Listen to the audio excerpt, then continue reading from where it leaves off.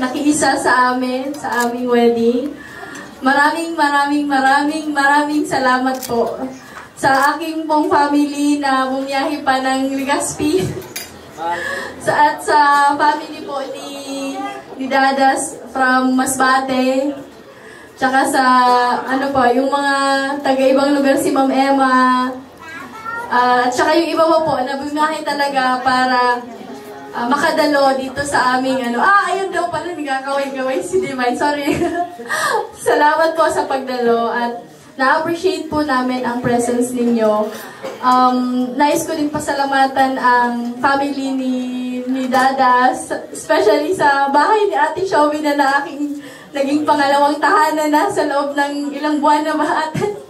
Maraming salamat po sa mga kapatid po ni Dadas na talagang tinanggap ako ng wala man lang nangyaring adjustment. Maraming salamat po sa Panginoon. Thank you, Lord. Natapos din sa wakas. Thank you, Lord, for your faithfulness sa aming dalawa ni Dadas. Tunay ngang napakabuti ng Panginoon. Hindi ko lubos maisip na darating ang panahon na to na matatapos, kasi akala ko matagal pa kasi sobrang busy. Pero, ayun, nangyari na nga. Ako po nagpapasalamat muna sa Panginoon. Nagpapasalamat po ako dahil sa kanyang kabutihan sa buhay naming mag-asawa. Salamat po dahil nagpapasalamat din po ako sa pamilya ni Mafe at sa mga kapatid. Maraming salamat po sa suporta. Salamat po sa effort na pag-travel papunta nyo rito. Kay Ma'am Emma, nagpapasalamat po kami sa pamilya po nila Judy, ng aking bagong best friend. Salamat din po. Kala Kuya Chard, kala Ate Let, at sa lahat po ng aking mga kapatid. Nagpapasalamat po kay Ate Des po at kay Ninong Daniel. Bagamat napakalayo po nila, gumawa po talaga silang effort, galing po silang Europe. Bumiyahe pa sila papunta rito para ma-witness. Grabe po yung effort nyo para sa amin. Salamat po. Sobra-sobra po, hindi ko po ma-express kung gaano po ako nagpapasalamat sa pamilya nyo. Salamat po.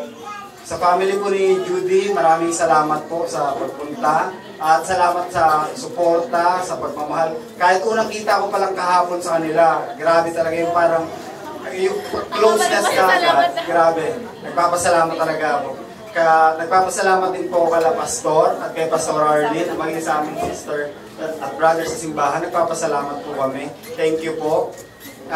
Sa pamilya ko po, nagpapasalamat ako kasi very, talaga yan sila, supportive. At one call away talaga. Salamat po. Especially, nagpapasalamat ako kasi kahit na yung pagod, puyat, na ang isa ko dyan sa halos mga kapatid ko, tinagaano ko na drive ka papunta rito, gising ng alas 3, gising ng alas 4, sabay-sabay kami. Salamat kasi grabe talaga yung effort nila. Nagpapasalamat po ako sa inyo, especially kay Ate Shobi. Salamat po sa pagpapagamit ng bahay nyo kasi nang naging namin, kay Kuya Carlo. Salamat po sa inyo. Nagpapasalamatan namin at sa aming lahat ng ninang at ninong na bumiyahe pa, may galing Bulacan, kay Tita Beng, kay Papa June, kay Ninang Ging, sa aming kay Tita Sheila na bumiyahe pa galing Bicol. Salamat po sa lahat po ng si Ninang Melay, si Ninang Emma, si Ninang Joy. Nagpapasalamat po kami sa lahat ng dumalo. Hindi po mabubuto kung hindi dahil sa inyo. Kayo po yung lubos na nagpapasaya sa amin. Doon po kami sobrang nasayahan sa pagdating nyo actually kanina. Sobrang kaba ko. Sabi ko 3:30 na sabi ko hindi ko pa sila nakikita. Grabe yung kaba ko, pero once nag-iisa-isa datingan na grabe yung saya ko. Na nawala yung kaba ko. Yun lang po. Salamat po. To God be all the glory.